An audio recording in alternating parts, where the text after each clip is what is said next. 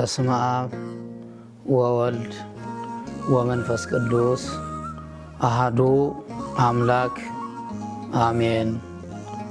በክርስቶስ ክርስቲያን በወልድ ውሉድ የተሰኛችሁ የክርስቶስ ቤተሰቦች የቅድስት ድንግል ማርያም የአስራት በኩራት ልጆች ምእመናን በሙሉ በእግዚአብሔር ስም እንደምን አደራችሁ?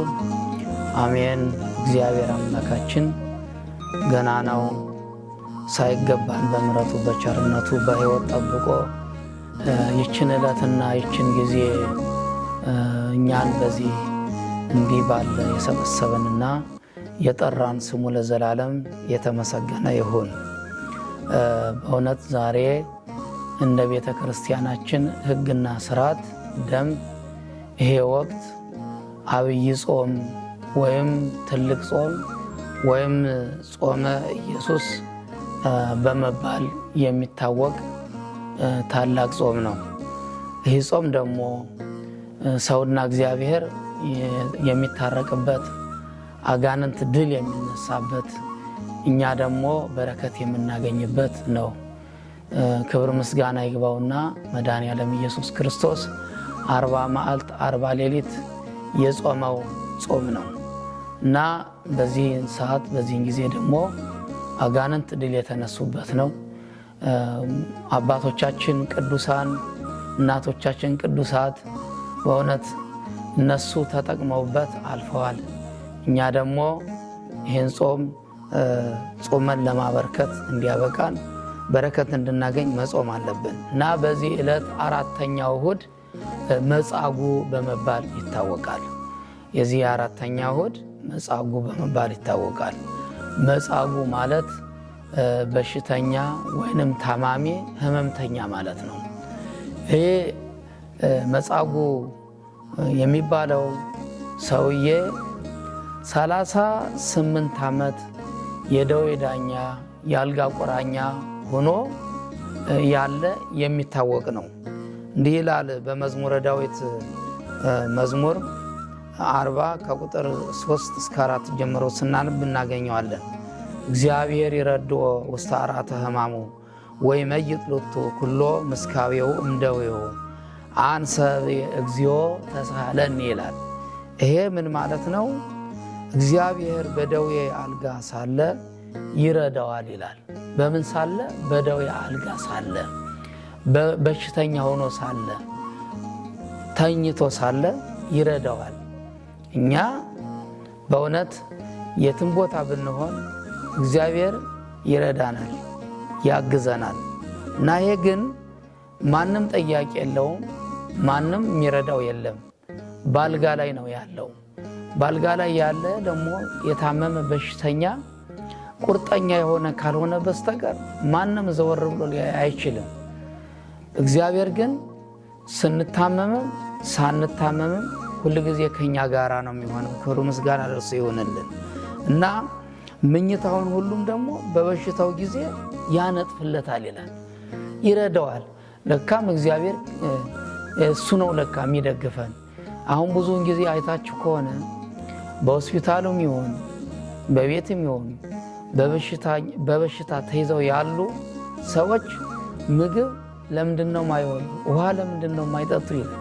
እግዚአብሔር ነው የሚመግባቸው የሚረዳቸው እና ይህንን በሽተኛም አልጋውን ያነጥፍለታል፣ ምኝታውን ያስተካክልለታል፣ በችግሩ ሁሉ በነገር ሁሉ ይረዳዋል ማለት ነውና እና ስለዚህ በእውነት መጻጉዕን የረዳ መድኃኔዓለም ለእኛም ደግሞ ይርዳን።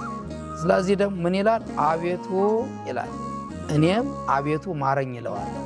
ለዚህ እኛም አቤቱ ማረን ብንለው ይምረናል፣ ይቅር ይለናል እና ይሄ በሽተኛ 38 ዓመት ሙሉ ነው እንግዲህ ተኝቶ የሚኖረው እና ቤተሳይዳ የምትባል አንዲት መጠመቂያ አለች።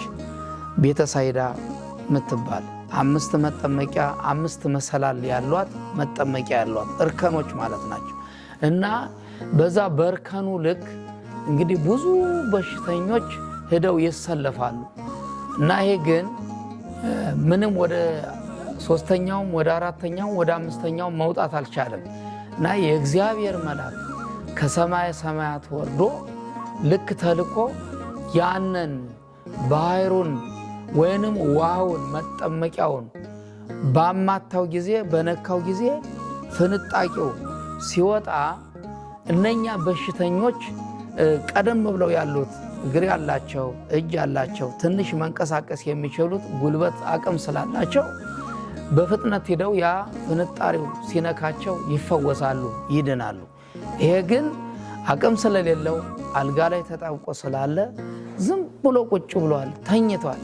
ስለዚህ እግዚአብሔር አምላክ በዛ በብሉይ ዘመን በዓመት 3 ጊዜ በዓላት በሕዝበ እስራኤል ወይንም በአይሁድ ልማድ ለበዓል ይወጣ ነው የሚለው። ለበዓል ሲወጣ በመንገድ ሲሄድ ባሉ ሊያከብር ሲሄድ እንደዚህ ሲመለከት ያንን በሽተኛ አየው። ከዛም ቀጥ ብሎ ሄዶ በዮሐንስ ወንጌል ምዕራፍ 5 ስናነብ የምናገኘው ቃል ነው። ልትድን ትወዳለህን ብሎ ጥያቄ ያቀረበለት። እንደዚህ ብሎ ሲጠይቀው ምንም ምክንያት አዎ ማለት ነበረበት። ግን ያው ሰው ሲባል ምክንያት ብዙ አለንና አይ እኔ ምንም ጌታ ሆይ ሰው የለኝም አለው። አዎ ነበር ማለት የነበረበት። በማርቆስ ወንጌል ምዕራፍ 10 ከቁጥር 52 ጀምሮ ስናነብ የምናገኘው ቃል አለ። የጤሜዎስ ልጅ በርጦሎሜዎስ ልትድን ትወዳለህ ሲለው አዎ ጌታ ሆይ ምን ላደርግልህ ትወዳለህ ሲል ጌታ ሆይ አይ ዘንድ አለ። ይሄኛው ግን ልትድን ትወዳለህ ብሎ ሲጠይቀው ሰው የለኝም አለ። የሚጠይቀው መድኃኒዓለም ኢየሱስ ክርስቶስ ነው። በዚያን ጊዜ ያው 38 ዓመት በስቃይ በመከራ ከተኛ በኋላ እግዚአብሔርም እጁን ዘርግቶ ዳስሶ የተኛበትን አልጋ ተነሳና ሂድ ብሎ ይህንን መመሪያ ሰጠ። በዛን ጊዜ 38 ዓመት ሙሉ የተኛባትን አልጋውን እንደገና እሷን ተሸክሞ እየዘለለ ሄደ እና እግዚአብሔር ቃሉን የሚጠራ ይድናል፣ ቃሉን የሚሰሙ በሕይወት ይኖራሉ ይላልና ስለዚህ እኛ ደግሞ የእግዚአብሔር ቃል ያስፈልገናል። በተለይ በዚህ ዘመን በዚህ ወቅት እና ቃሉን ሰምተን እንድንድን እንድንፈወስ በእውነት በዚህ ጊዜ ብዙ ሁላችንም በሽተኞች ነን። ሁላችንም በሽተኞች ነን፣ አልታወቀልንም እና ስለዚህ ለጸሎት መትጋት አለብን፣ መጠንከር አለብን፣ መበርታት አለብን፣ እግዚአብሔርን ሁል ጊዜ መጠየቅ አለብን እና ስለዚህ ስሙን ጠርተን እንድንድን እግዚአብሔር ለሁላችንም ይርዳን። የተማርነውን በልቦናችን ያሳድርብን። እግዚአብሔር አምላክ ስሙ የተመሰገነ ይሁን። እግዚአብሔር አምላካችን የመከረን ያስተማረን ስሙ የተመሰገነ ይሁን።